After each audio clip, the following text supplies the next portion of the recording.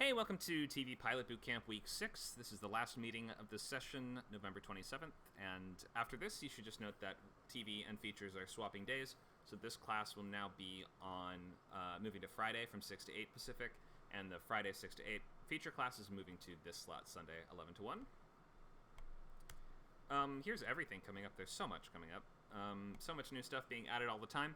We just announced our Halloween contest award ceremony, so that's going to be declaring the winners of our Halloween short winners contest and doing short readings of both of them. They're just both under 5 minutes long, under 5 pages long each, so it won't take way too long. But that'll be Saturday, December 10th at noon, and we'll have industry guests, including Max Perry, writer of Netflix series The Spy, and previous guest host of our historical class on Script Camp. We have added a new Wednesday script swap session, Wednesday at 11, if you want to have an additional one besides the Tuesday at 5 script swap. We have new sessions of painting with light and home studio lighting on Film Camp and Creator Camp, respectively, on December 3rd. Animation Lab is Tuesdays at 3. Coding Bootcamp is actually today. That will be Sundays from 12 to 2. So if you are not in a pilot class, feel free to check that one out and learn how to do some coding. Character Design Bootcamp will start in December on Toon Camp. And we have Novel Bootcamp. There's 2 weeks of that left. Saturdays at noon until the end of the year, with no class on December 10th, because that's the award ceremony day. Besides that, Script Analysis Bootcamp still going, Thursdays at 6, and we have new sessions of Feature and Pilot starting December 4th and December 9th. Oof, we're going to need multiple slides for all the events pretty soon. We also today, Fantasy Workshop at 5. You can bring your rewrite to the next bootcamp if you've already finished your scripts, or if you are happy with how the script turned out but think it needs some more work, then maybe bring it to the next bootcamp. And we were talking about New Game Plus mode. You would come back and have that head start of having a finished script to work with. You can also get coverage, scriptcamp.net/coverage, if you want me to read your script and provide notes throughout. If you're a member, you get $100 off of this. And this includes a 30-minute call to answer all the questions and explain the main points. So you can become a supporting member if you're not already. I think everyone here currently is. You can volunteer if you know a skill or language you'd like to teach. You can contact me or Nacho. And you can refer a friend and get a free month of Unlimited plus free month of Arc Studio Pro for both of you. Okay, so here's the schedule. We've done all of these so far. We started this way back at the beginning, or the middle of October there, October 16th. Here we are, end of November, third act today, with the first draft aiming to be completed by December 4th, though it's okay if you're a little behind. Let's take a look at this overview. We'll start with that check-in, and you can tell us about your progress and anything you may have gotten stuck on. We can look at what needs to happen in Act 3, or the latter half of the show, and then we'll look at endings and talk a little about how to actually end a pilot, which is tricky, and I understand that we maybe should go a little bit deeper into than we have before. Different types of endings for different genres, and different genres just kind of work better with different types of endings. So we'll talk a little about that today. And then we can see, we can do a brief overview of the rewrite process and what it takes to actually organize and take a rewrite all the way through to completion. And last, we can go through how to actually get staffed and how to start working in TV.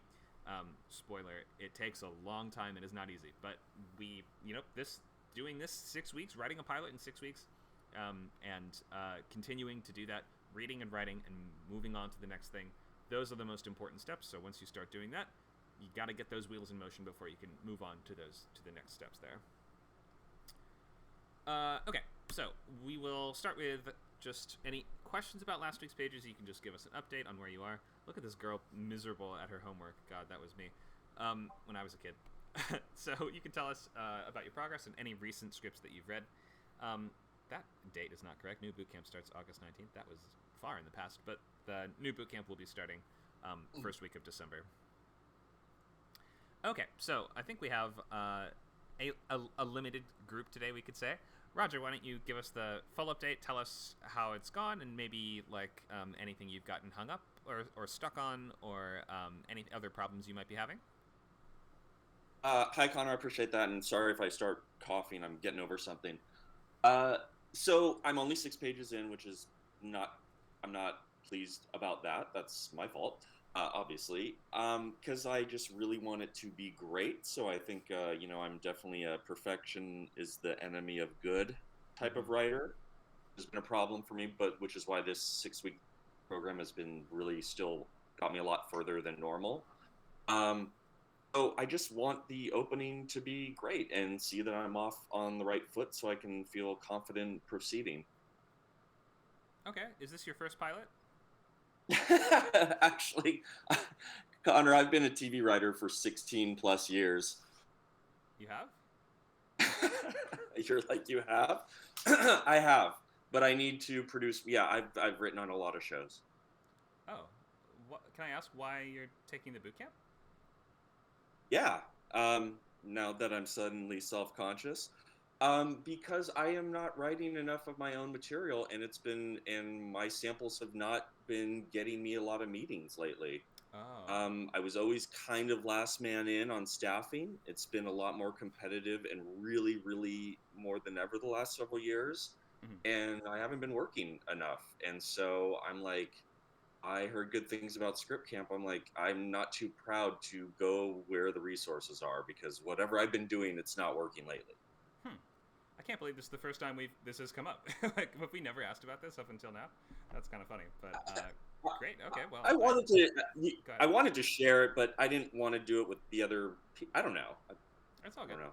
Yeah. No. As long as it's been helpful for you in some way, maybe the structure or the organization of the program. A lot of people find just deadlines and like the benchmarks helpful. I think that alone was incredible, but it's been great. Yeah, I'm a guy who could use benchmarks and whatnot because I really obsess over and overthink things and take way too long to churn out material. I see. Gotcha. Okay. Well, great. So if it's not any one specific thing you're getting hung up on in terms of these pages, it's just like the finding the time to get to it. Then there's no major adjustments there, I would guess. Well, Go ahead. I don't know that that's. I mean, look, I have not, like I said, what I've written before has not gotten me a ton of meetings lately.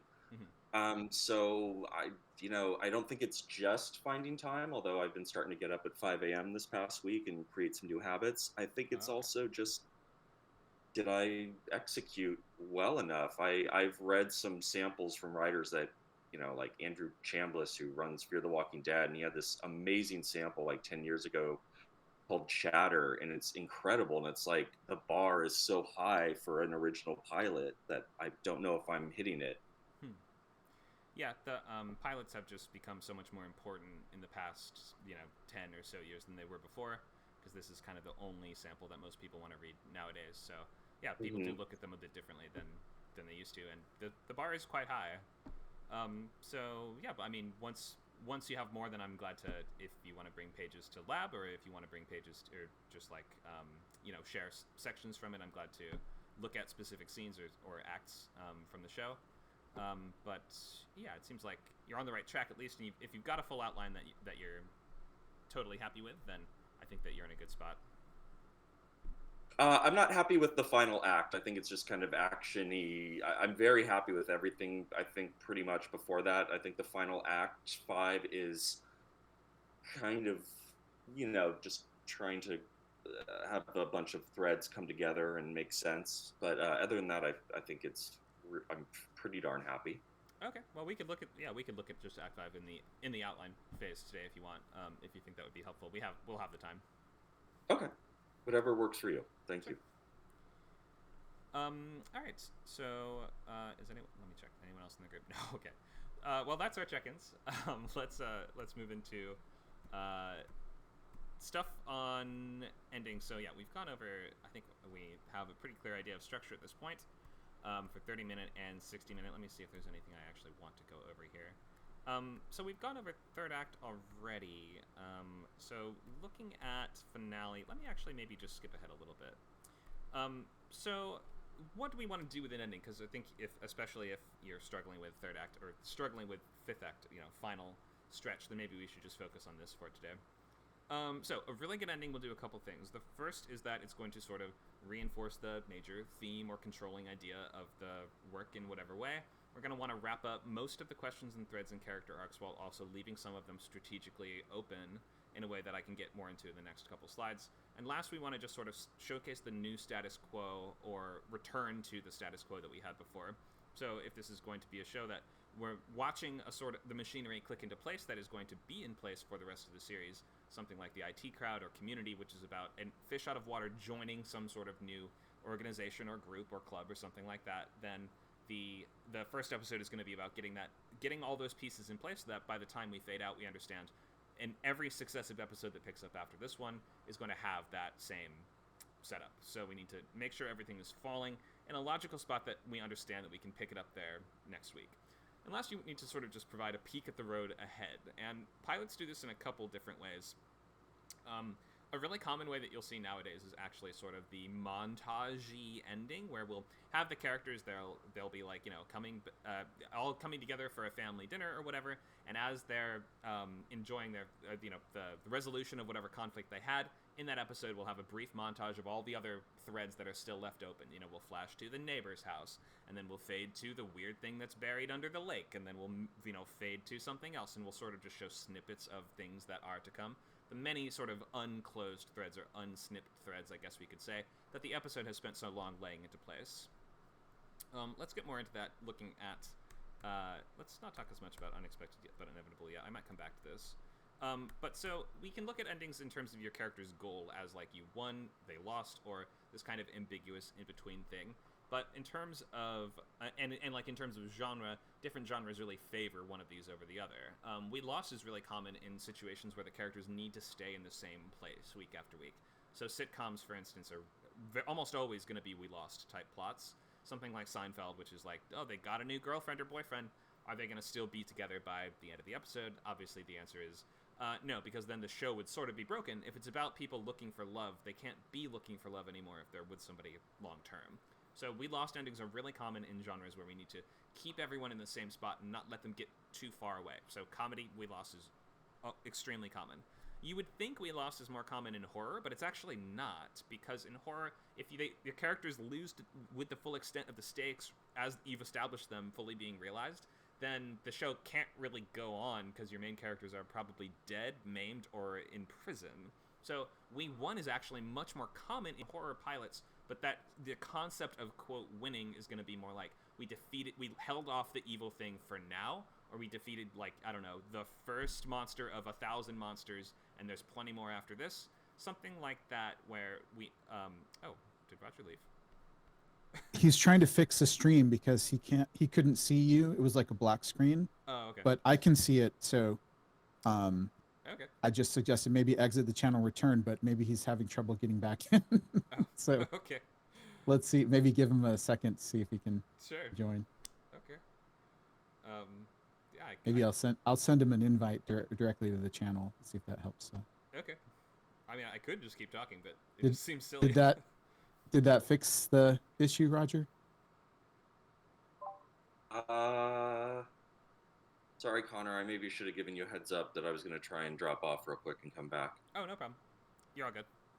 Is it like just loading? Yeah, it's just loading, and every once in a while I get a fleeting flash of Connor on the screen, but then it's just still got the loading little 3 dots. Maybe, Connor, maybe you lower it to 15 frames per second. Maybe it's just the internet, the Wi-Fi, Roger's like connection might be easier with a little bit slower. Okay, I moved it down to 15. Should I just keep talking for a few slides and see if that adjusts and fixes it? Yeah, it hasn't come back, but yeah, I'm listening. Okay. The slideshow is not super compelling or important for this one, so even if you can't watch the visuals, it's okay. Okay. Where was I? Oh, yeah, horror. We were talking about horror, and you're writing horror, so this is important.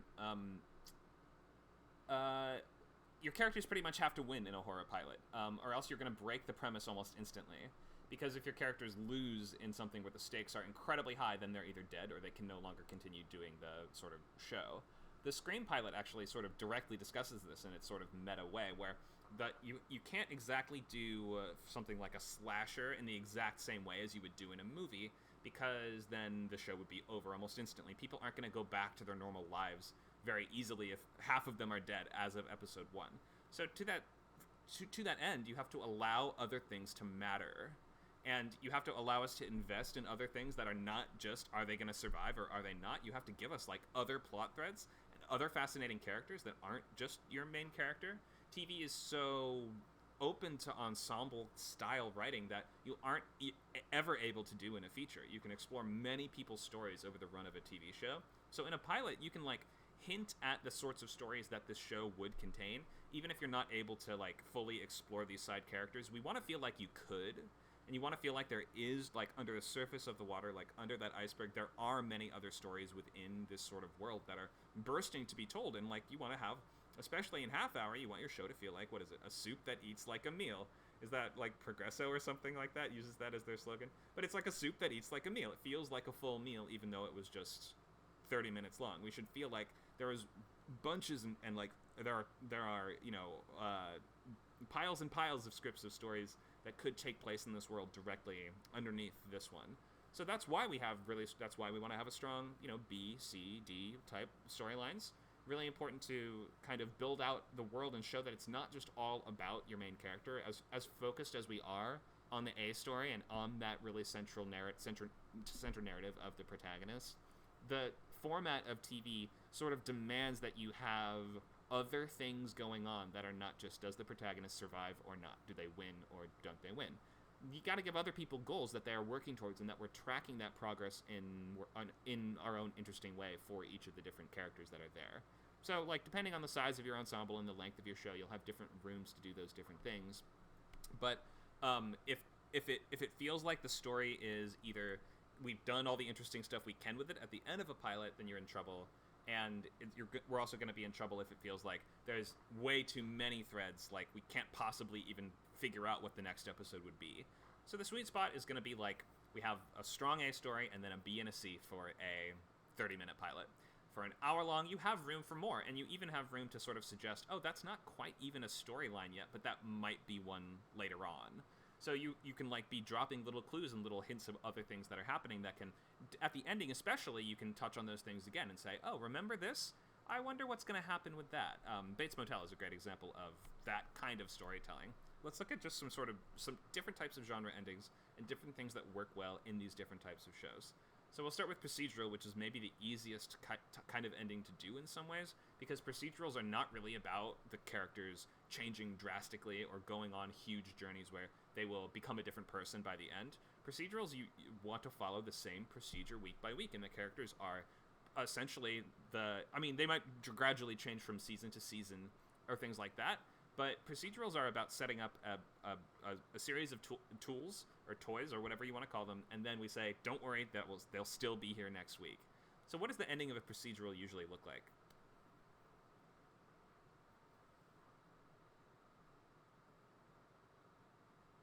Any volunteers in the crowd? The ending of a procedural? Mm-hmm. Oh, wow, it's been a minute since I watched procedural. The perpetrator in jail, the team, commiserating on a job well done. Mm-hmm. And perhaps, though, lamenting some kind of failure. Maybe they didn't get as strong a conviction as they wanted or something, but, they reckon with some moral dilemma, that they had to deal with, kind of like Law and Order by the end. Mm-hmm. Yeah, those are good points. So we do have to resolve the thing of the week. First of all, it has to be definitively resolved, which is not to say that certain things might come back way later in some rare instances, but like we have to say beginning, middle, and end, case closed, on to the next one. And then you're right, sometimes we do sort of want to have the characters come back together and reassemble and reflect on what they learned from this particular case, or what they gained, what was earned, or what has changed as a result of just this particular case, even if it's just something like, well, we know never to do that again, or something like that. Like, it doesn't have to be huge, and in a procedural, since you can really watch them in any order, we don't usually want to change the protagonists too much and have them become like a drastically different person after, like, if halfway through a season of Law & Order you had your main character become so jaded by a case that there's no way they can even participate in cases anymore, then you've broken the show. So you do have to, like, even as they reflect and maybe change very gradually or change their mindset a little bit, we still have to leave the pieces intact. And that goes for any genre of procedural, whether it's crime, medical, whatever it is. The pieces need to stay intact. We wrap up entirely. We reflect on what we've learned. How about, let's look at mystery-type shows. So I was mentioning this sort of montage-style ending. You can do this in a very simple way that doesn't involve flashing to a bunch of different places to show all the threads that are still open, although that is what Bates Motel and shows like, Daredevil does this in terms of action. But Gravity Falls, for instance, that's like a kids mystery show where the kids move. It's like a mystery, J.J. Abrams style mystery box type overall story, in addition to the sort of monster of the week type storytelling, where the first episode is two kids moving to they're spending their summer vacation at their great uncle's wacky, like souvenir shack in the middle of the woods in Oregon. There's lots of sort of mysteries and strange plot hooks around his shack. We can imagine that each of the various items around his shack that each has its own story and its own sort of mystery attached to it. But the point is, they finish and resolve their mystery in the first episode, which it turns out it resolves in a very unexpected yet inevitable way, which is quite great. And then at the end of that, we watch the last sort of shot is their great uncle presses a button on the vending machine, it slides to the side, he goes down a secret door into the basement of his shack, and it slides shut behind him, and we don't get to see what's down there. So the fact that we don't get to see what's down there is a really big part of what makes mystery-style shows work. The fact that you will show us that there are interesting things behind doors that you haven't opened yet, or that perhaps we just get a glimpse of what's behind those doors, but you don't want to reveal too much, and you don't want to give the audience too much, or else they're going to feel like they don't really want to come back for next time. Bates Motel is another one where we just sort of hint at this kind of human trafficking conspiracy throughout the pilot. It's just like touched on once or twice, and then even as the sort of problem of the week, which in Bates Motel is usually person we have to murder and cover up of the week, even as that is resolved, we do end up sort of fading away from our main characters as they resolve that problem, and we see, oh, holy crap, that human trafficking thing is, not only is it real, but it's directly relevant to the main character somehow. So we go, like, I don't know, I forget exactly how it plays out, but it's like, in the back room of their favorite bar, there's a girl tied up, or something like that. So it's like saying, okay, like, although we have closed the problem of the week, there are many more sort of threads that exist in this world that are sort of aching to be resolved. Like, you need to know what happens because we don't tell the audience everything. So you have to leave questions unanswered. And they have to be compelling enough that by the time we come back next week, we're going to be excited to find out what the answers to those things would be. In terms of horror shows are almost always mystery shows. Because in terms of long-form storytelling, if you know exactly the true nature of the antagonists and their motivations and the monsters or whatever it is for the majority of the show, then they lose a lot of their power and a lot of their effect on the audience. So almost all horror shows are going to be mystery shows, really. And so they're going to benefit from a similar sort of ambiguity and unanswered questions in the ending. But also, you want to leave us with something very unsettling and spooky. So think in terms of pilot ending for horror, think in terms of imagery. And so work backwards from a really compelling, creepy image that pulls us into this world and leaves us going, like, shivering as we change the channel or whatever. Think of the ending of Marianne, which a tragically underviewed French horror show on Netflix that I think only got one single season.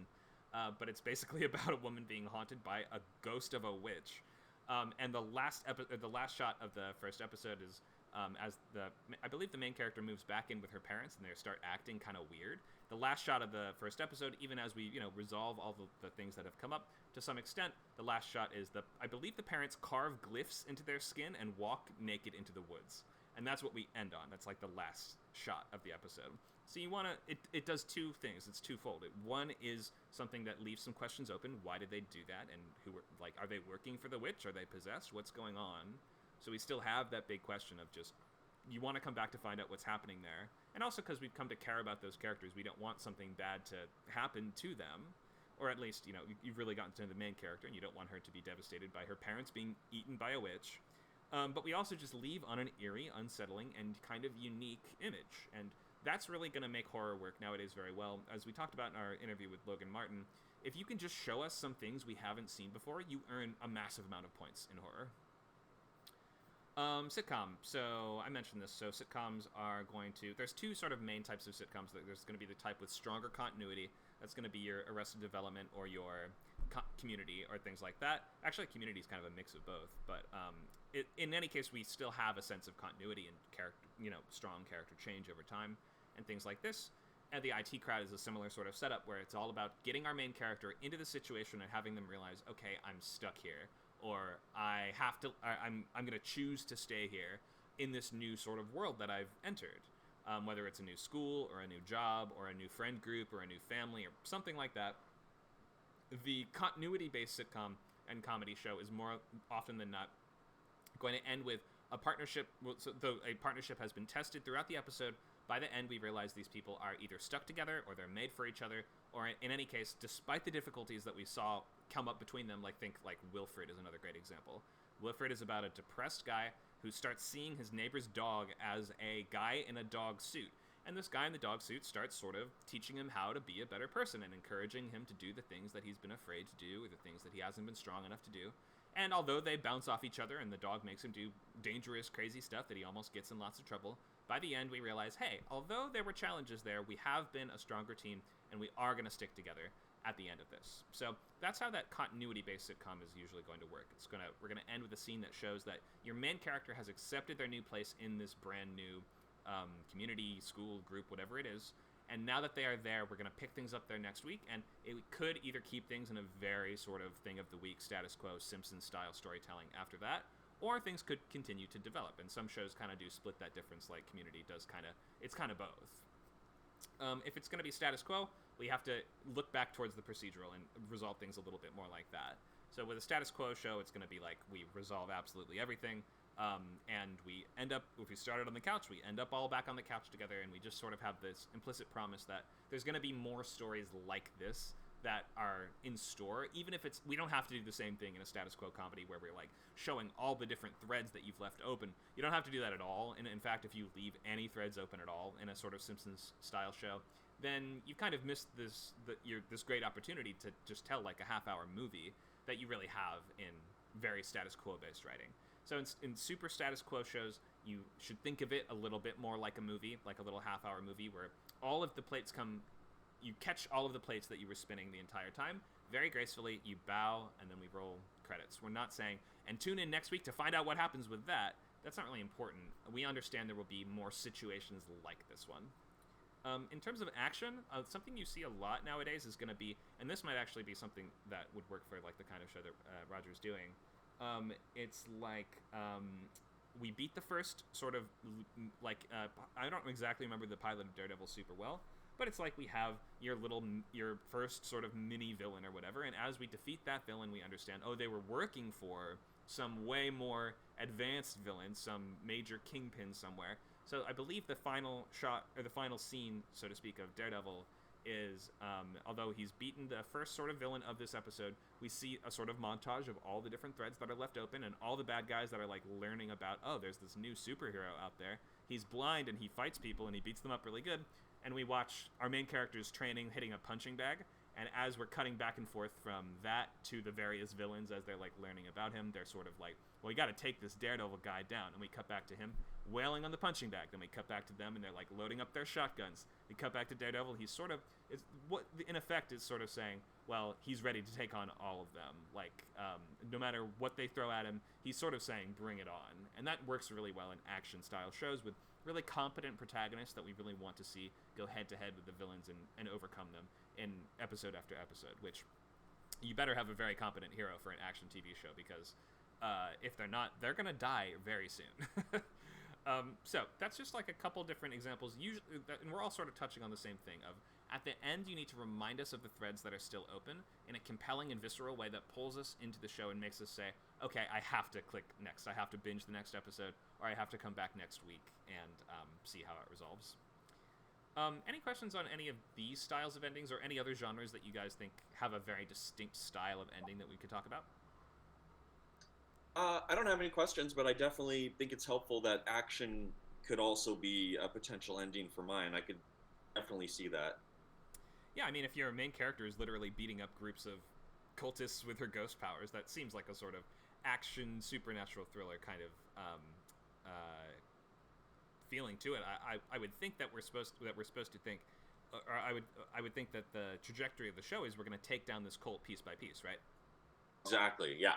Right. So in that case, you're probably going to want to show us, what does the cult actually have in store for the main character? Like, we've only seen a little bit of what they're up to, and only a little bit of, we only see the very tip of the iceberg, right? So this is a good chance for you to hint at what's under the iceberg, and maybe we see, like, they've got, if next week we're going to have to deal with the cultists with the swords, then maybe we see those guys, sharpening their swords or whatever, but then we're also going to want to kind of ask the question, who's in charge of all of this? And then you don't have to tell us directly who it is, but this is where we're gonna like fade to the silhouette behind the glass door as the guy on the phone, and he's like, all right, well, send our best lieutenants next week, Inspector. And he hangs up, and we're like, oh, that must be the big bad guy behind all of this. And because we only have a pilot to work with, you might want to ambiguity can always be used to your advantage because you don't have to know the answers to certain things. Like, you don't really have to know who's kind of behind everything, but because we only get this pilot, you might want to take that opportunity to, it might be a stronger choice sometimes to give us some kind of big reveal related to the things that we had in the pilot. Like, if we end like an action mystery show on showing just the silhouette of the big bad guy, but that doesn't actually mean anything for us. Like, that's not a reveal that it's somebody we met along the way or something like that. It can be a little less effective just because we're never going to get to that. We're never going to reveal it. So it might be a little stronger in terms of a pilot to, instead of saying, oh, it's just some dude behind the glass, it's like, okay, oh, I recognize that silhouette. That's our main character's father. Might just be a stronger ending for a pilot, just in terms of the kinds of pilots that we're writing that are not going to probably have more episodes made. What are some other genres that I have not mentioned here?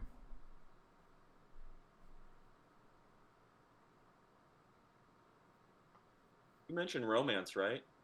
I don't think I did. I think romance TV shows are usually going to be either comedy or drama, though, aren't they? Or are there what you would consider to be is romance a TV genre as much? I don't know. I was thinking like Bridgerton. Okay, I haven't actually seen Bridgerton, but that you're right that might actually be, if the whole plot revolves around the main character's romance, then maybe it could be classified that way. I don't actually know, but maybe we could look at sort of historical dramas or things like that, which are going to, like, in terms of drama endings, you're going to have to kind of pick between many. You have many options. You almost have unlimited options. Go ahead, Nacho.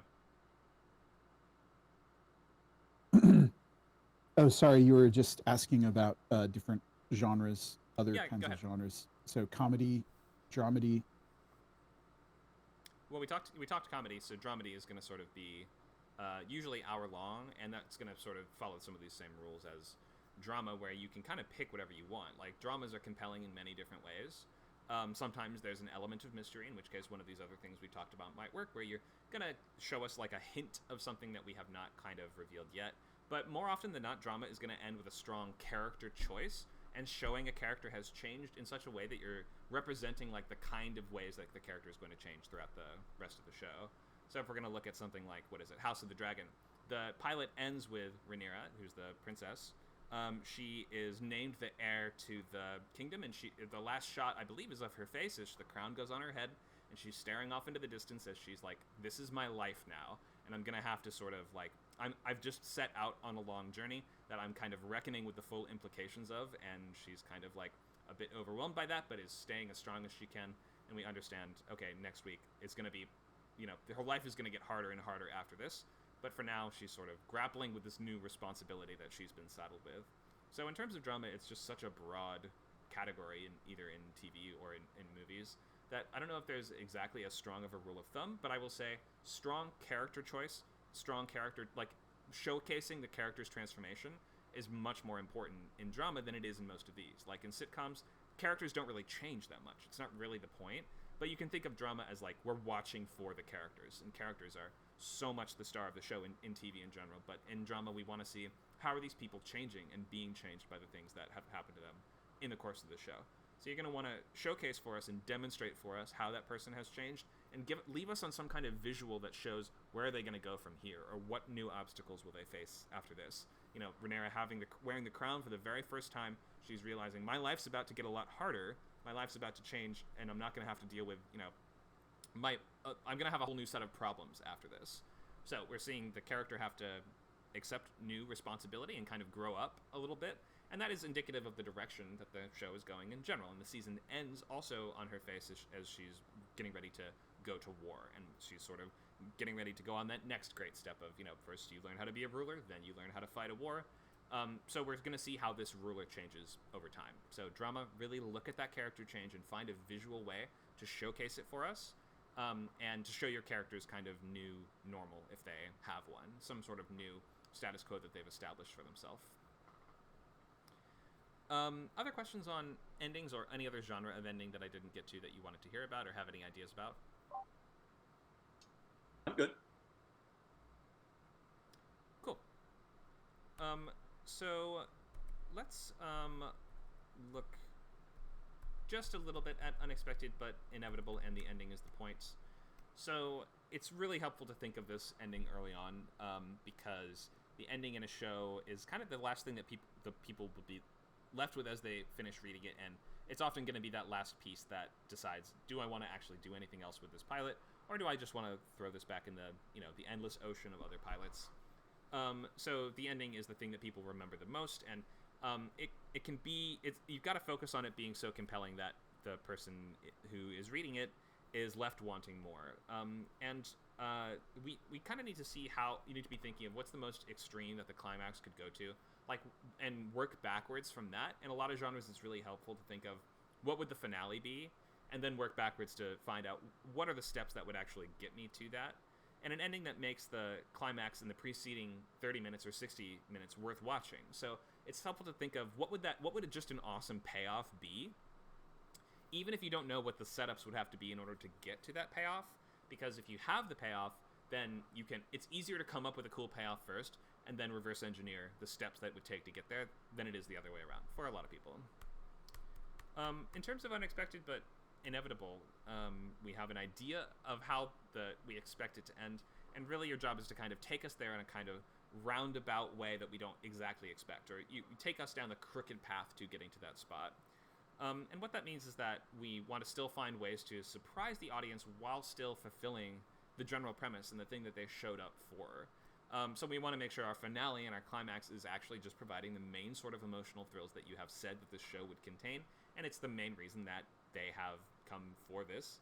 And then after that, you can ask yourself, what is option C?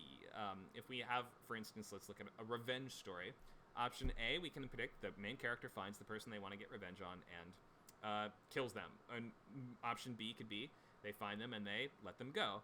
Option C is really helpful to just cycle through the obvious things, or maybe even ask somebody, what do you think would happen at the end of that story? And then cycle to the next one and try to figure out how you can make that compelling, or how that could be interesting in its own right.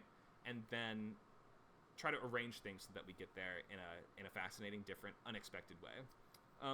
It can be helpful. Maybe you can think, we're not trying to always surprise them by what happens as much as we're trying to, maybe you can surprise them with the intensity of the feeling of what happens. So maybe, for instance, we get to the thing that we thought would happen at the ending does, but it's way more scary, or it's way sadder than we thought it would be, or it's hilarious, or we're surprising the audience with the emotion more than we are with the actual events that unfold. Because if in certain setups, like a superhero story, for instance, we know what's going to basically happen. We know the main character is going to get powers, they're going to make a costume, and they're going to be fighting crime by the end of the show. They're not going to die, or else there's no show. So we can't hit the drum too hard of, oh, what if they die? The audience isn't going to really buy into that question of what if they die. So that's where it becomes really useful to try to surprise us with the intensity of the feeling, and trying to give us a scene that delivers on the kind of unique emotional promises of your show, which means you have to sort of go back to your tone and what is it that you promise in your version of this thing, and ask yourself, how can you really deliver on and capitalize that to the best of your ability. And if you finish up your emotional arc as well as your plot arc, it doesn't really matter if one of them is somewhat predictable if the other one isn't. And just make sure you're paying off those setups. You made a promise with the title, the genre, the first few pages, and the next promises are going to be set up in the script itself, especially that first act. So we have to make sure that we're fulfilling those things in ways that the audience would not have guessed. And you want to ultimately be trying to give us something that's better than what we wanted or expected. So it's giving us that same emotional experience, but in a slightly different way. In terms of the actual last lines, try to find some imagery that sums up the point of the story, or the impact the journey has had on the world, or the emotional change in your main character. Like I mentioned, in drama, for instance, is really important to showcase that emotional change in your main character at the end. If you can find an interesting way to do that with imagery or symbolism or things like that, then all the better. Dialogue might be a line that neatly summarizes where we're going from here, or how the speaker has changed, or how the world has changed as a result of the actions in this pilot. Okay, so let's maybe. Well, I definitely don't have to go into TV writing basics, but let's look at. You want to look at your Act 5 and Yeah. see if we can clean it up? Please. Okay. Here, I'm gonna share link right now. Okay.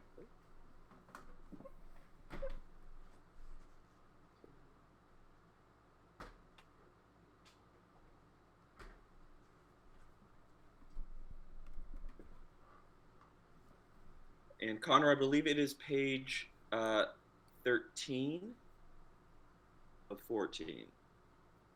Okay. Let me know when you share it. It's in the box.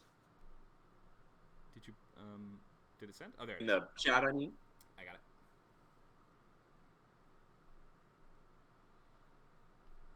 All right. So yeah. Oh, that's right. Last time we went over this, I was super sick, so was not able to get through the entire thing. But I have time now, and can look at the entirety of it if that's helpful.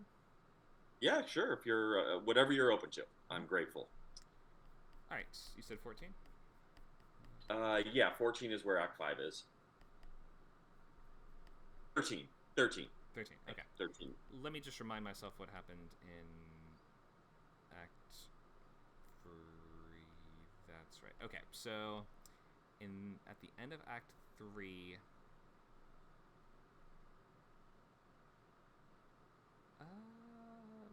maybe I have to read back a little bit more. Can we pick up at Act 3 and can you just take me through to the end? Let's see here. So this is, they've just agreed to their deal at the end. Who helped me find my killer, the killer of these young women, and then I'll leave your body. Mm-hmm.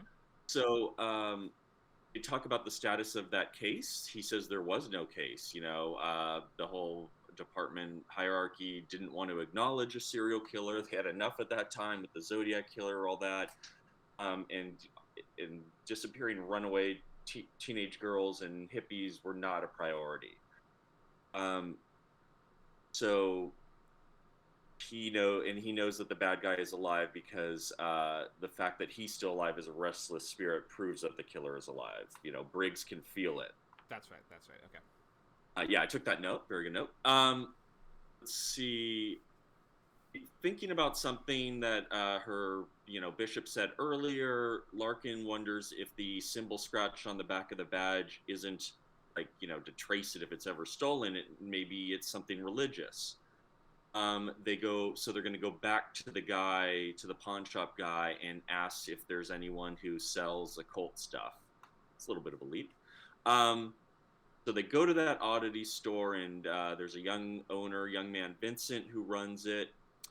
And Briggs, with his kind of powers, and Larkin can feel it, senses there's something on the other side of a wall, something terrible and dark.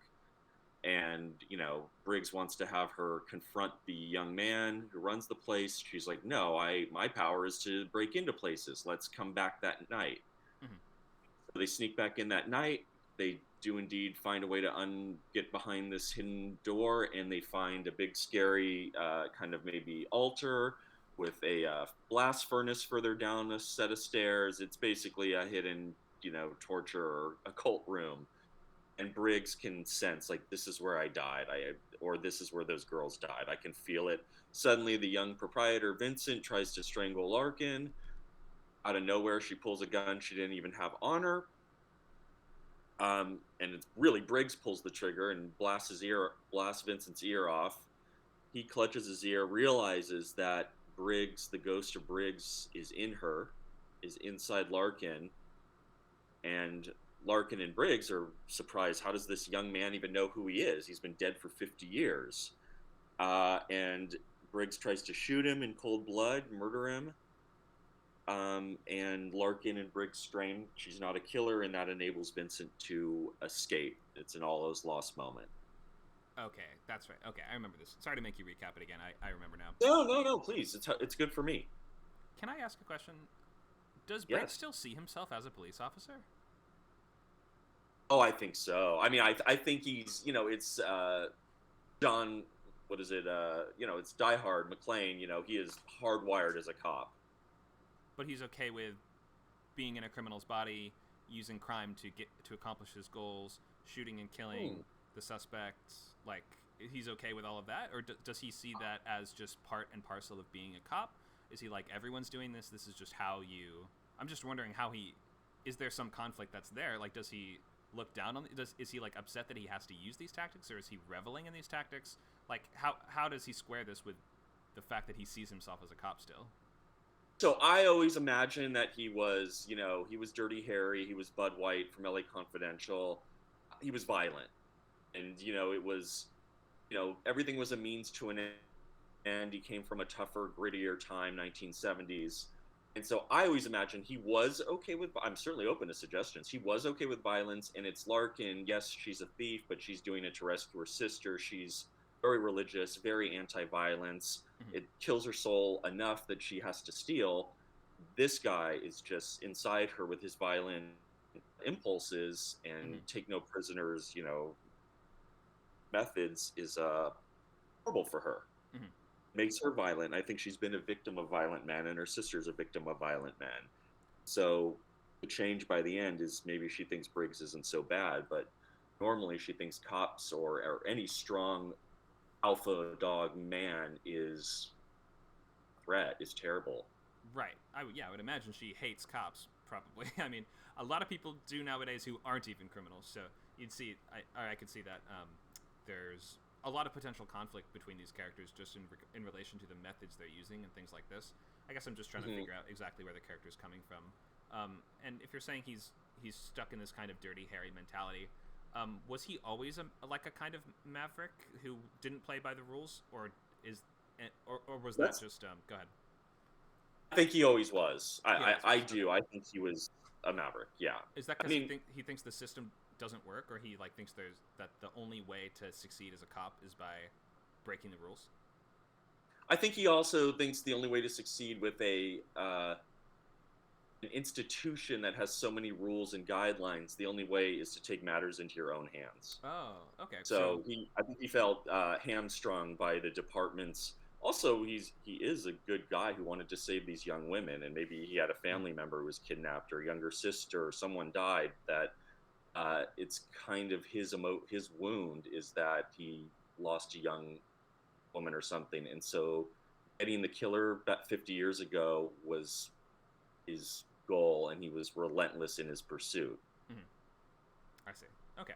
If that doesn't work, I'd love to hear otherwise. No. I think it does. I'm just building a picture of the character and how he's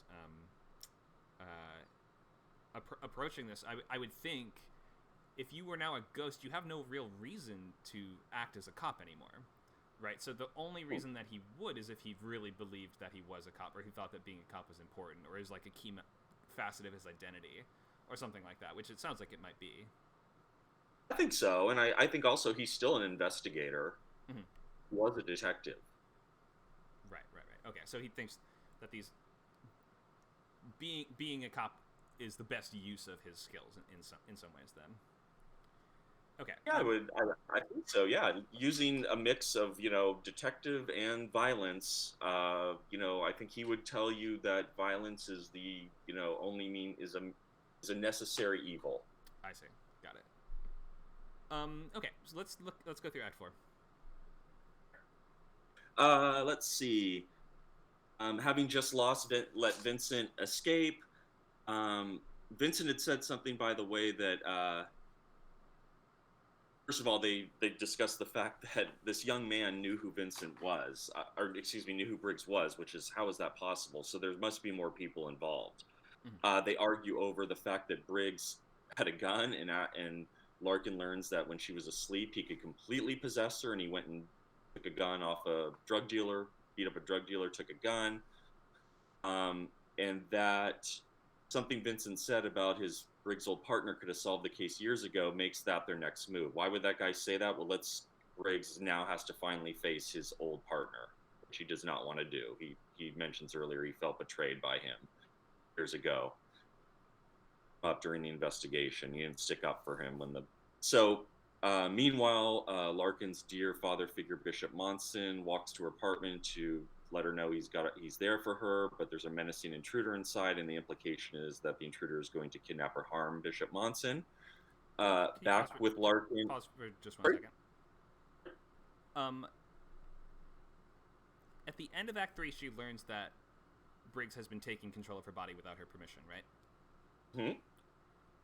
It would seem to me that we'd want to open Act 4 with, hey, did you take control of my body without my permission? Don't do that anymore, right? Like, do we have a moment where she is upset with him for doing that? Yeah, I had it right after the initial. I'm trying to imagine what would be more realistic. Like they'd be arguing over, holy shit, this bad guy just got away. But yeah, no, I think you're right. Yeah, you're right. I buried it like second or third in the paragraph, but yeah, you're probably right. You're saying here towards the end is where we get to it, where she chews him That's for bringing where a gun. I don't think she's as mad at him for bringing a gun. She's mad at him for taking her over. Isn't that that's the most violating part of this? You're right. Absolutely. So I think it would, unless you're saying they already had that discussion and now we're just coming back to it as of, like, you know, as the commercial break sort of tells us some time has passed usually. So it might feel a little weird to now cut to them on the street and they're talking about something that happened a few minutes ago. But I think it makes more sense to put it at the top of this and to lead the next act with it rather than bury it so far down, because if it's buried so far down, it doesn't seem like it felt that violating to her. Right. So I think does it make sense though, with the passage of time, that they would be talking about this violation still on the street? It doesn't have to have been that long. Like a commercial, or after an act, it can pick up however long you want afterwards. So it could just be like a minute later, or something like that. Or we could, like, just in the world of TV writing, it somehow makes sense to me that we cut to black from the shop, then we cut to we come back from the commercial. She's walking down the street, and he's like, "Are you gonna say something?" And she's like, "Are you gonna stop possessing me?" Something like that. You see, where we sort of maybe imagine they've been fighting about this, and now we're just joining that conversation, or something like that. Or you could just have no time pass. Really, I mean, it's up to you. You could just have the next scene be like we could open Act 4 with they leave the shop. Mm-hmm. Mm-hmm. So I do love the kind of brief loggerheads of not talking. Yeah, that's always kind of like. I mean, you can't get away from him, so the silent treatment is the best that they can really give each other. Isn't it? So that might work, but I think that you do need to open the next scene with. If we want that to feel as violating as it would be, then I think that has to feel a little more urgent. And maybe they would even, like, does she tell him don't do that again, or do they build some kind of rule where? Oh, absolutely. They do. Okay. A rule. Oh, a rule would be fun. A rule like, hey, you can only do that if ... Yeah. And then maybe that'll be a nice setup for what comes into play later, where he has to take over her body to save her life, right? So you can maybe look at what is the rule that they put in place, and how does that interact with the finale. Yep. Okay, sorry to cut you off there. I just think that just occurred to me reading through the opening of this one. Let's move on to the scene 3 of Act 4. Okay. It is. So they finally, 50 years since he last saw his retired partner, they, Larkin finds out that the guy, Googles, he's still living in town, and he's now married. He's in his 80s, married to his husband, Ian. Under the pretense of making a cold case podcast, Larkin asks about Briggs. Longshore says, oh, he was a former boxer, too, before he was a cop. Brutal and violent guy, but man, I gotta admire it. He could take a punch. But he wouldn't fly with modern policing.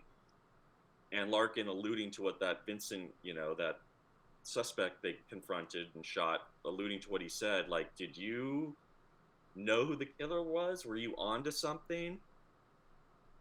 And what Longshore reveals is that, it was believed that by the police brass that Briggs might have been the killer and was only investigating it to look innocent. And hearing this, Briggs is absolutely devastated that his partner would think that of him. And that is what Vincent was alluding to at the end of Act 3.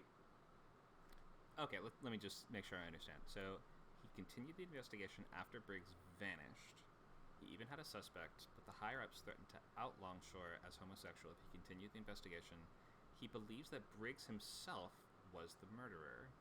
Longshore notes that the abduction stopped once Briggs died. Briggs realizes that's what Vincent meant earlier. Okay. Longshore believes... Wait, did you do this part? Longshore believes Briggs would have hated him? Yeah, I added that. Yeah, I didn't know where to put it in, but I just like that. I liked a little emotional moment of Longshore's like Briggs would have hated me if he knew I was gay Mm-hmm. 8 years ago, and I thought there was something kind of sweet that Briggs tells Larkin. Actually, I knew the whole time. It one bit. It's just kind of a surprisingly empathetic moment from Briggs that makes Larkin see him in a different way. And is he like able to? Is he psychically communicating with her the whole time, or is that how she's hearing? Like, is she hearing his voice like Upgrade style? You know what? I think it needs to be that. I was imagining it is always like in windows and mirrors, kind of like you see a lot of that in Moon Knight, as I recall. Mm-hmm. I think it should be like Upgrade, which, by the way, I read a lot of this week. So, yeah, I think that's better. Maybe. I kind of like that now that you mentioned windows and mirrors and stuff, but if they already do that in a different show, maybe you could think of some new thing that could... I wonder, like, I wonder what option C is in terms of how he could kind of communicate with her. The best option might just be to have him... We just see him walking around and stuff, and, like, we understand that only she can see him, or maybe no one can, but in terms of just staging this, ghosts can be tricky if we can just never ever see them. So maybe the answer is just we see him all the time as like we just see him in that space. Like I think there was a was it the Invisible Man or was it the Shadow that they did like a late 80s or early 90s version of where we just see him the entire time and we just kind of buy into the idea that no one else can. Yeah, I've seen that a lot. Go ahead. Well, my only thing with that is I like the idea that he is inside her. Oh, that's true. He is literally co-inhabiting her body. I wonder then. Maybe I'll do some more thinking on that. I wonder what else you could do in that case. God, you could definitely beg something new to set it apart from everything. For some reason, you know how they do Iron Man when he's in the suit? For some reason, that just came into my mind. But that'd be ridiculous if we saw the guy's face. I know what you mean. Her skull. Yeah. Inside her skull. Or have you watched The Flight Attendant?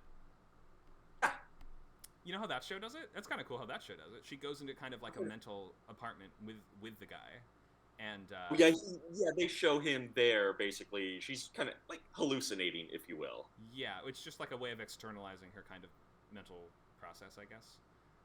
But I was just wondering that if you're saying if we're having him communicate with her during these scenes and no one else can tell, just how exactly that would play out. But yeah, I would think about what the options could be.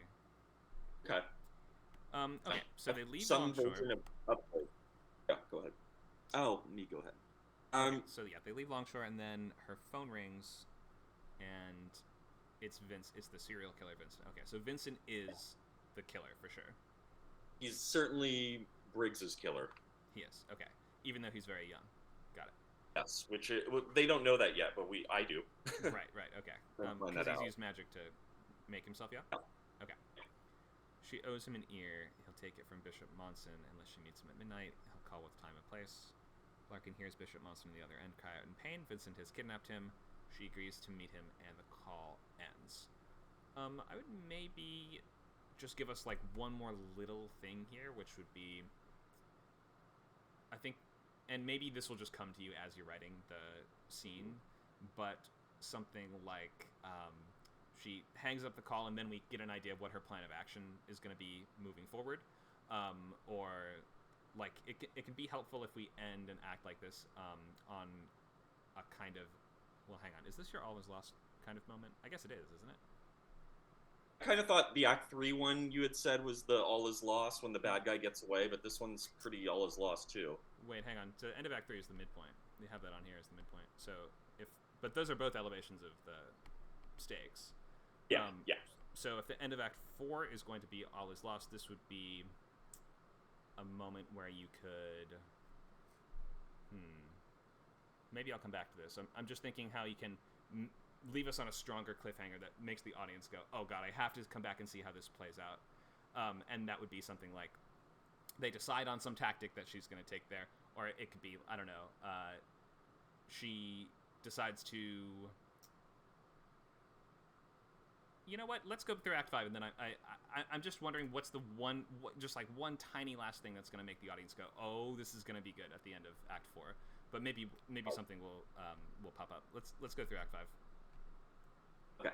Okay. So back in Larkin's apartment, Larkin wants to call the police to get help for Bishop Monson, and basically Briggs is like, all right, think that through. You know, it wouldn't work. By the way, what's so special about this Bishop guy? You know, Briggs is not big on religion, and Larkin tells her story.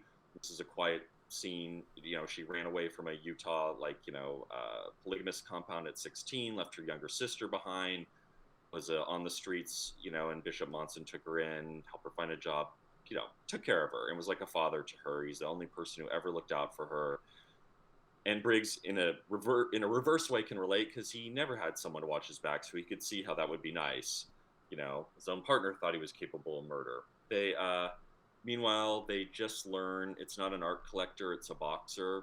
At the beginning, I'm gonna have Larkin rob a boxer, and he bought that badge off Vincent because Briggs was a boxer, and so the soul in Briggs's soul made the boxer a better boxer. And then I want to find out that without the badge, he had a fight last night and got killed in the fight because he didn't have like Briggs's powers anymore. Because he didn't have ghost powers. Yes. Oh, that's pretty cool. Okay. Yeah, so he once upon a time he had a glass jaw. He bought that badge, you know, and it really worked. And he had a comeback, and you'll see comeback posters on the walls in the teaser when Larkin burglarizes his place. You know, the comeback kid, and we find out it's because he had Briggs's soul to kind of eating off that power. So this is tenuous, you know. Briggs kind of like, oh yeah, the night Vincent maybe kidnapped him or something. He was looking at this, you know, there were these old ruins of the Sutro Baths in San Francisco. Meanwhile, Longshore just can't let go of his encounter with Larkin, and he makes a phone call, you know, and calls in a favor. And what he's doing there is like, there's this young woman, Larkin, what's her address? Because he wants to find her. He's been chewing on this very odd encounter. Meanwhile, this is all kind of tenuous. Larkin and Briggs enter the ruins, the Sutro Baths, where Briggs had been, you know, maybe chloroformed or, you know, taken down, knocked unconscious 50 years ago. And they encounter Vincent. Sorry, this is still kind of tenuous stuff here. It's okay. And it's not only Vincent, though. It's several more people. Monson is there. They steal his soul. Larkin, they want to do something to Larkin, too. They chloroform her, knock her out, and that's when Briggs, upgrade style, beats the shit out of everyone. And maybe Longshore arrives because he followed Larkin. And got her license plate and tailed her, maybe, and was trying to figure out what she was up to. And he comes in and he's involved, and, you know, Briggs, now in full control of Larkin's body, pulls Longshore out of the place. And maybe, you know, Briggs talks to Longshore through Larkin, and maybe Longshore even realizes, holy shit, you're my partner. Like, oh my god. The next day, Larkin... Is that a separate scene, or is that the same scene? Outside, dragging him to help, kind of same sequence. Okay. That's why I put continued. I wasn't sure how to do that. And then with Larkin maybe awake next day or that night, they have technically fulfilled the deal. Vincent, who they've learned used souls of these young girls to stay young forever. By the way, that's in there. That's what he was up to. And technically, you know, Larkin fulfilled her end of the deal. They killed Briggs's killer in Vincent, and he can go. And she's like, don't leave. After what they did to Bishop Monson, and there's more of them, let's take them all down. You in? I'm in. Awesome. Okay. End of pilot. All right, great. Thanks for going through this. So I think that we're opening this act with not... It feels like we kind of had a lot of urgency at the end of Act 4, but then when we're starting Act 5, it feels like that urgency has kind of faded away a little bit. Do you see how we end with she agrees to go and fulfill this ransom for this person who's very important for her and is about to be potentially killed? And then we open Act 5 with them talking about the past and her running away from a compound at 16. And how he gave her a job and gave her a place to sleep. It's not quite a flashback, but like we're just talking about the past. This it feels like we've lost a little of the energy and intensity of the springboard from the end of Act 4 here. I mean, is there a way you can have this, instead of talking in the apartment, can they be in the car speeding at high speed, like to get to somewhere, as we open the new act or something like that? Does that make sense, how we want to like maintain that energy that you left us with? Absolutely. Yeah, so I would look at that first, and maybe that could be accomplished just by sort of changing the setting, or like this could be, she's on the way there, he's like, can you slow down, can you stop? Like you can always add that extra element to a scene where it's like one of them is trying to go off and accomplish her goal, and he's trying to say, no, we need to talk about this, we need to make a plan, something like that.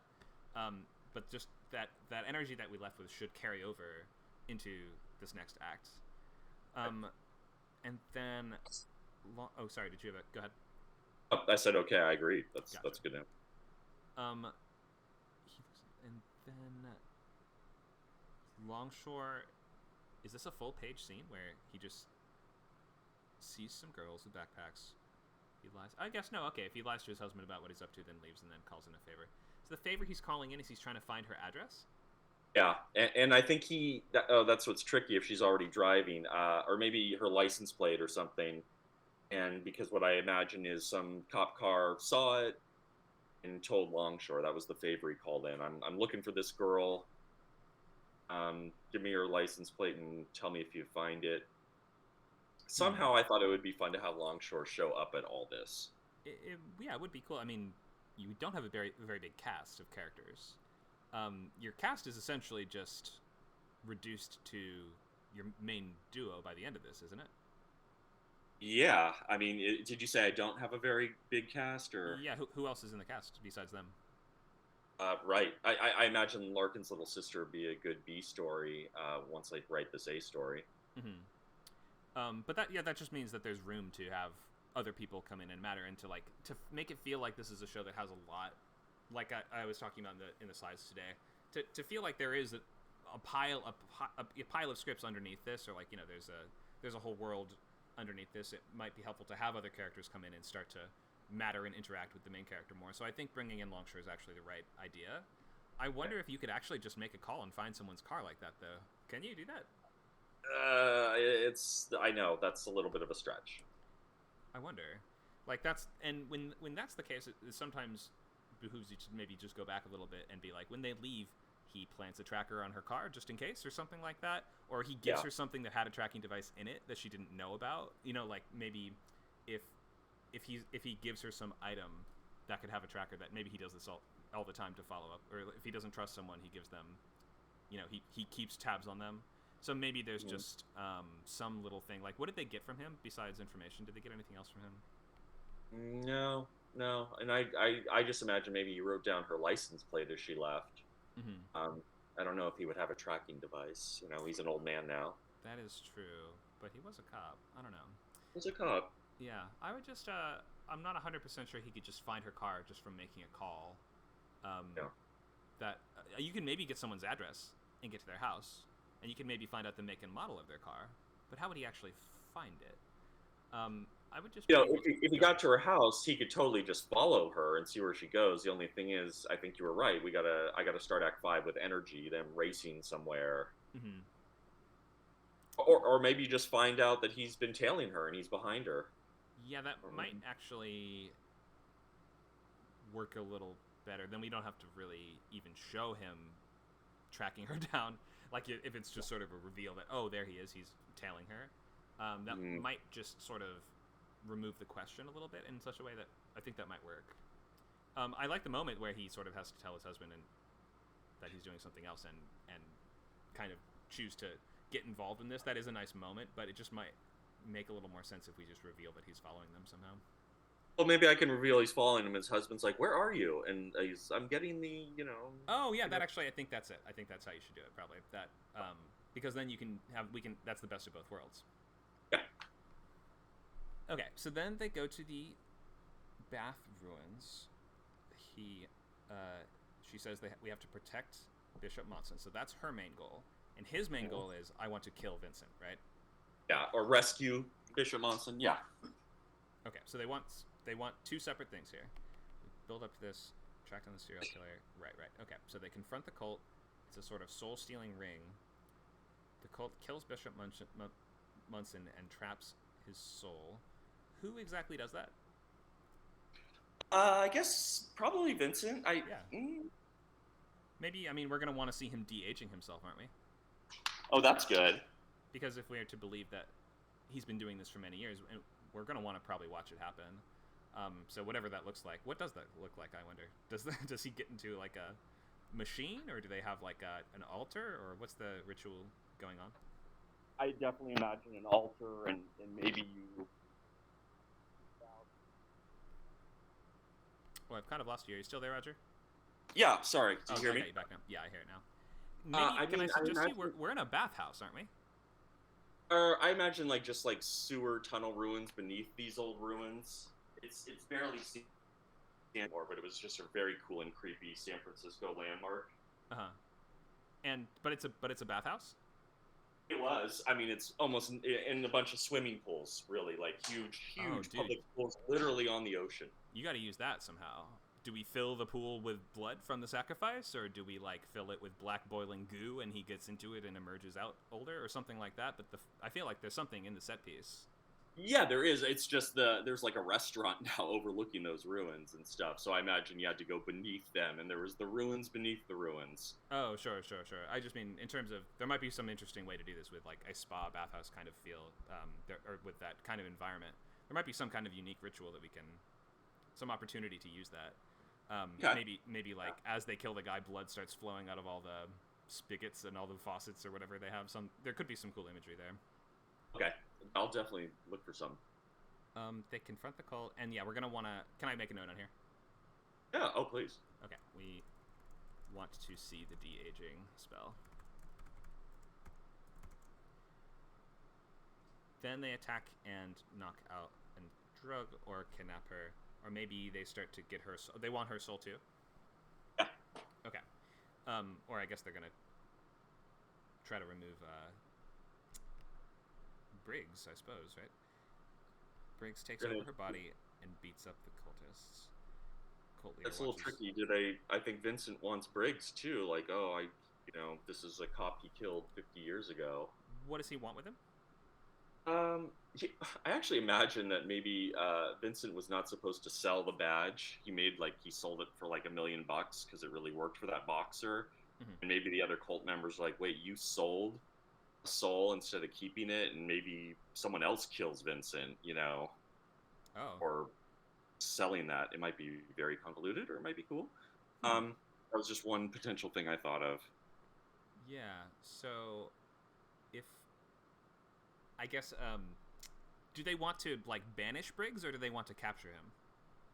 I think recapture him. I think that... And what do they want to do with him?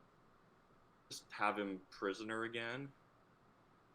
But why? To torture him? To get something from him? Why would they bother? Why not just kill Larkin and then have him be banished? Wouldn't he be banished? I imagine, he could have gone to, once out of the badge, he could have gone to the afterlife, but instead hopped into Larkin to seek revenge. So is the rule that ghosts need to be bound to something? Yes, I think so. Okay, yeah, that makes a lot of sense. I would really clarify that early on, if you can. They need to be bound to a person, an object, or a place, or something. They just need to be haunting something. They can't just be free-floating. Yes. Okay, so maybe I'll just put a note, try to really clarify what the antagonists are trying to do here.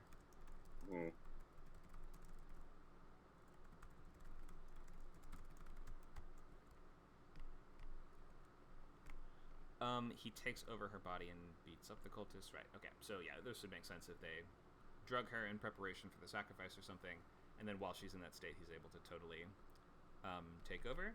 He kills that's right, his opponent is the guy who murdered him. Briggs has his final words and he has something to say. Yeah, and we should feel like if this was the trigger of this is the purpose of his being here, is to murder this guy, then once he does so, then we should feel like something important has kind of happened, and you can do that in a lot of ways in a supernatural story. the candles flutter all around the room, and like we feel a rush of wind, and like I don't know, this is where creepy stuff drips out of the faucets or something like that. But we should feel like his contract has been fulfilled more or less, right?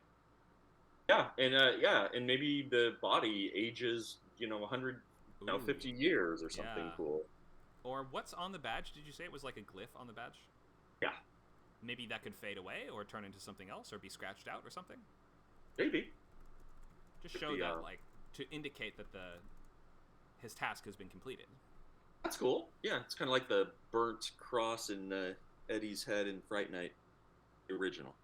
Oh god, it's been forever since I've seen that. But does that change once he fulfills some kind of contract or rule? He's killed. He's killed and put after being turned into a vampire, and he had a crucifix burnt into his head. And once he's dead, it's as if saying he's going to heaven. I see. That's cool. To go to heaven as an innocent. Mm-hmm. Okay, so Longshore arrives and helps, but gets hurt. Briggs drags Longshore to safety. So Longshore now realizes that Briggs is possessing. Briggs's ghost is still around and is possessing the girl. Is that right? I think so. He knows something's up. I think. I kind of feel like I'll figure that one out in the scene, but Longshore definitely knows there's something. I think he could be a partner to Larkin and Briggs. You probably gotta let it end with like he gives them his number or something, like something to indicate he's on their team now and they're going to be in contact moving forward. Yeah, and that he's got to sneak around behind his husband's back. Okay. They're going to be partners moving forward. And it might be a time to pay off if you set up early on that there was like a message that he wanted that she indicates like he would have been fine with your sexuality, then maybe this would be a time for him.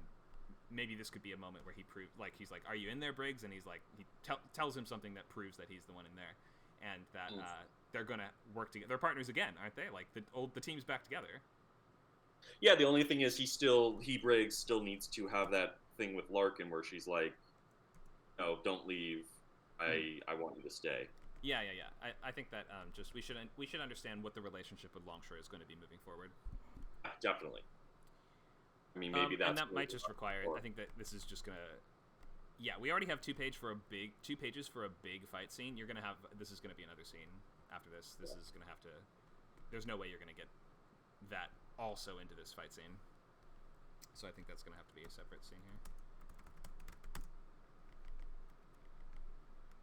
So Act 5 is pretty full, but I think maybe if you cut back on this one here, are you on the document? Can you see what I'm highlighting?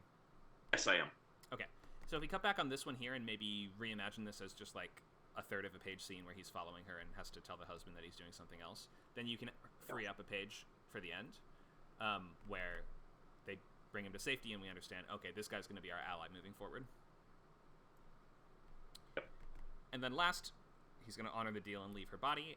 Without a new host, he's going to the afterlife. So we should see that start to happen, like the clouds start to part or whatever it is that's going to look like when that does occur. It won't be as effective if we just hear them talking about it.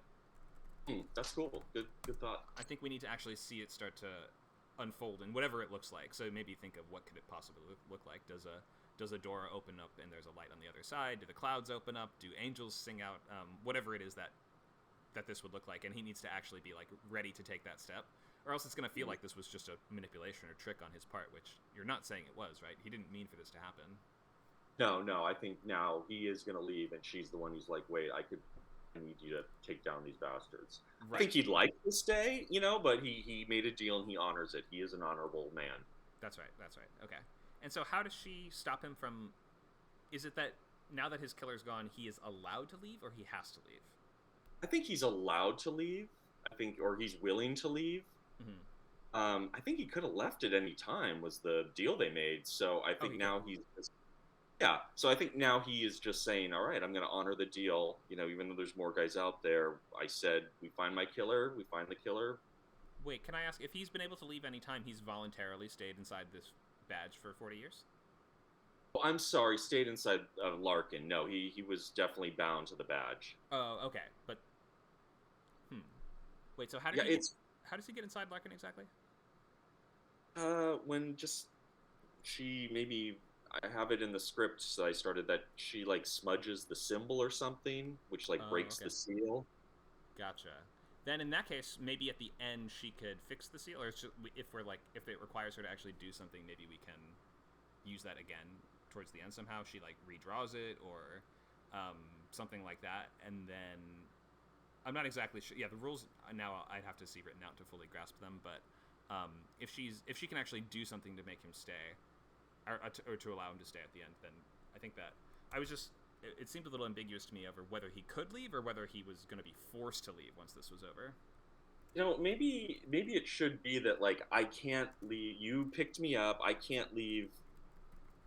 It's tricky because this boxer had him and was just kind of feeding off his energy, not actually being possessed by Briggs. So Uh-huh. And I so, like, need to sit was he through fine that. with that? And he wanted to. He was okay with just sticking around this whole time because he knew that maybe eventually he could get his revenge, or I think he had to have been trapped and gets released yeah, in the teaser somehow. right. Okay.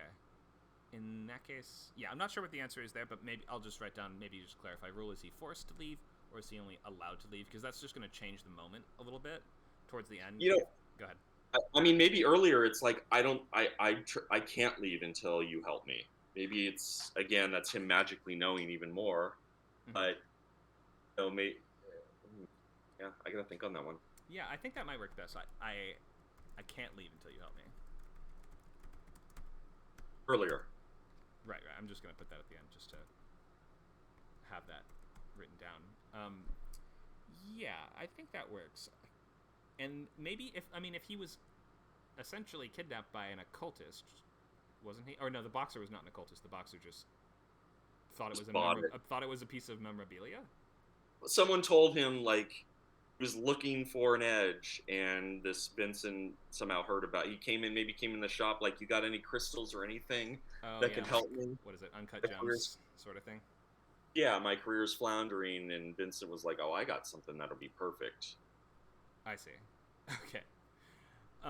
Yeah, so I think I can't leave until you help me is probably the way to go, because then at the end it's sort of like, well, he has the opportunity to now, and he's been waiting all this time for a chance to leave. Like, that's why he wanted to get the revenge, so he could finally move on. But he's realizing now, well, I wish I could kind of stay, because now I realize there's much more to this, and these guys need to be taken down, and this is going to be my last acts on Earth or whatever. Mm-hmm. Okay. Yeah.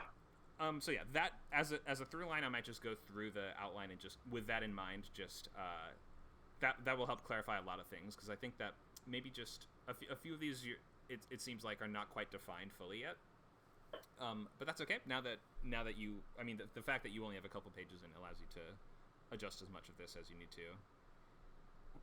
So I think Act 5 is looking pretty good. This fight scene will easily spill over in terms of pages, just because fight scenes can kind of do that.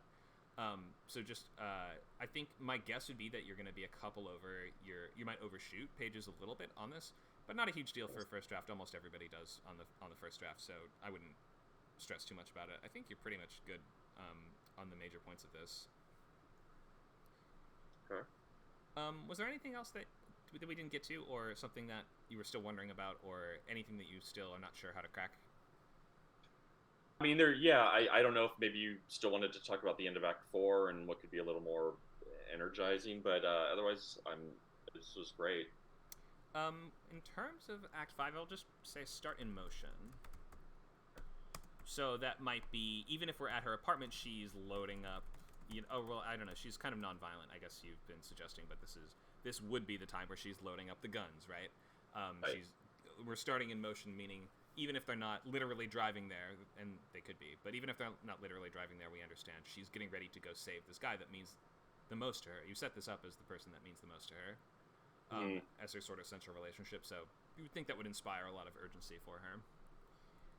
So either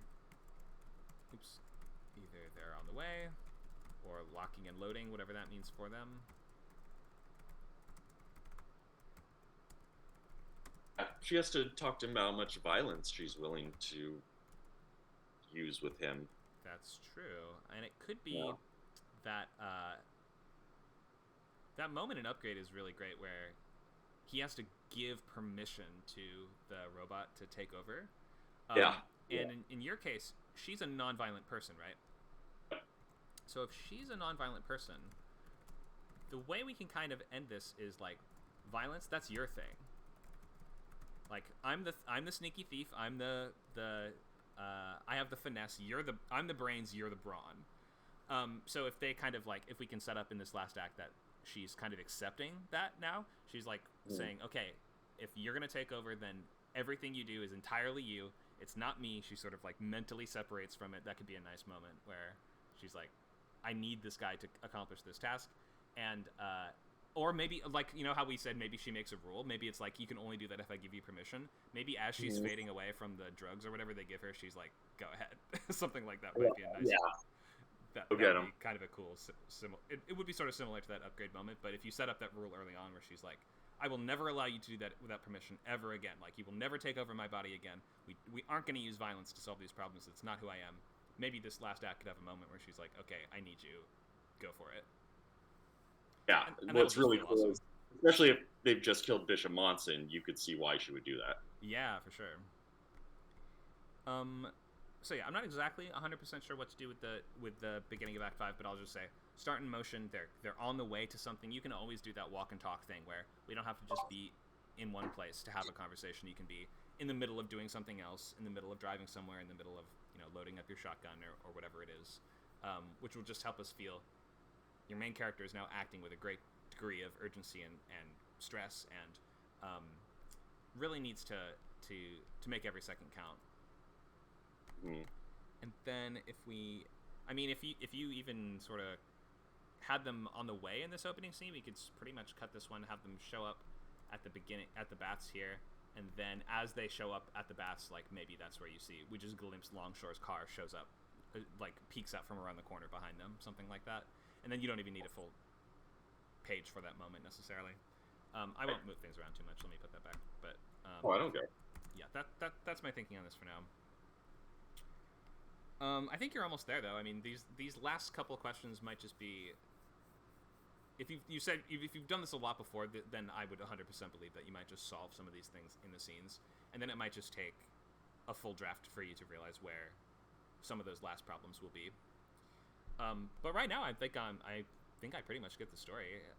I think it's pretty much all there. The last couple things are just going to be like motivation and the specifics of clarity in the rules. Definitely. Motivation in terms of the villains. I'm mostly referring. Like, why would Vincent give away that badge if it's so important to them?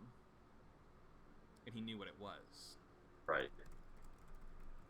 My thing was he wanted money. He's like, I made a lot of money off this, which was a big no-no in the cult. Oh, okay. The cult didn't want him to do that. Yeah, I had a big idea that they're in the middle of the thing, you know, it's like, how did Briggs get out when final confrontation, when the other cult members asked and they learned Vincent stole it, and one of them kills Vincent, but it's not as good as Briggs. Then we're not gonna have that great moment. This thing with the badge has always been kind of a tenuous, you know, what was it doing in this, you know, person's penthouse when she robs it in the first place? You know, during the beat sheet stage, it was supposed to be she's possessed in a precinct where Briggs' ghost was trapped and wandering around, but I just called an audible as I was writing the outline. I think the badge works pretty well. It does raise these certain questions about the world, and like the world in which the boxer would buy this and have ghost powers in the ring, and then, I mean, it adds a little complication, but I think it's mostly working. And if Vincent sold it against the cult's wishes, then it does feel like they would punish him once they found out about that.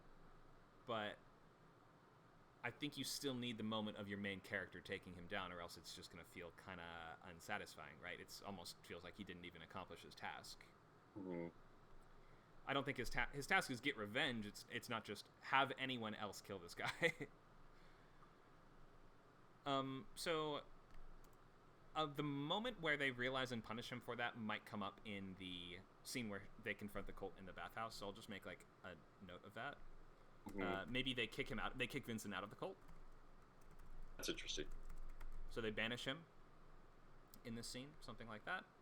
Yeah, or maybe and maybe that's when he turns old and he's now a frail old guy and Briggs can kill him. Oh Briggs. yeah, that'd be fine. Sure. You mean maybe they somehow Kind they of take? twisted. And, You're saying they sort of take the magic out of him, so they yeah, when he's kicked out of the cult, he ages very rapidly. That'd be kind of yeah. fun. And then yeah, I don't think the audience won't care if he beats up the old guy. That guy's evil, so it's fine. Okay, cool. And or maybe they make him part of the ritual. Like they're like, because we need a little extra juice for the ritual. Why don't you get up on that crucifix or whatever as well? Maybe they just have some interesting way of punishing him. That's interesting too. I'll have to look at that because they're also absorbing. They want to take Larkin's soul. They're taking Bishop Monson's soul. There's a lot of. Okay, maybe there's a lot going on in this ritual here. Yeah, there's if they truly would see it as a betrayal, that he would, if the badge was very important to them, and if he got rid of it just for his personal profit, and if they are really bad guys, and it seems like they are, then there's no way they wouldn't punish him for it. Yeah. Okay.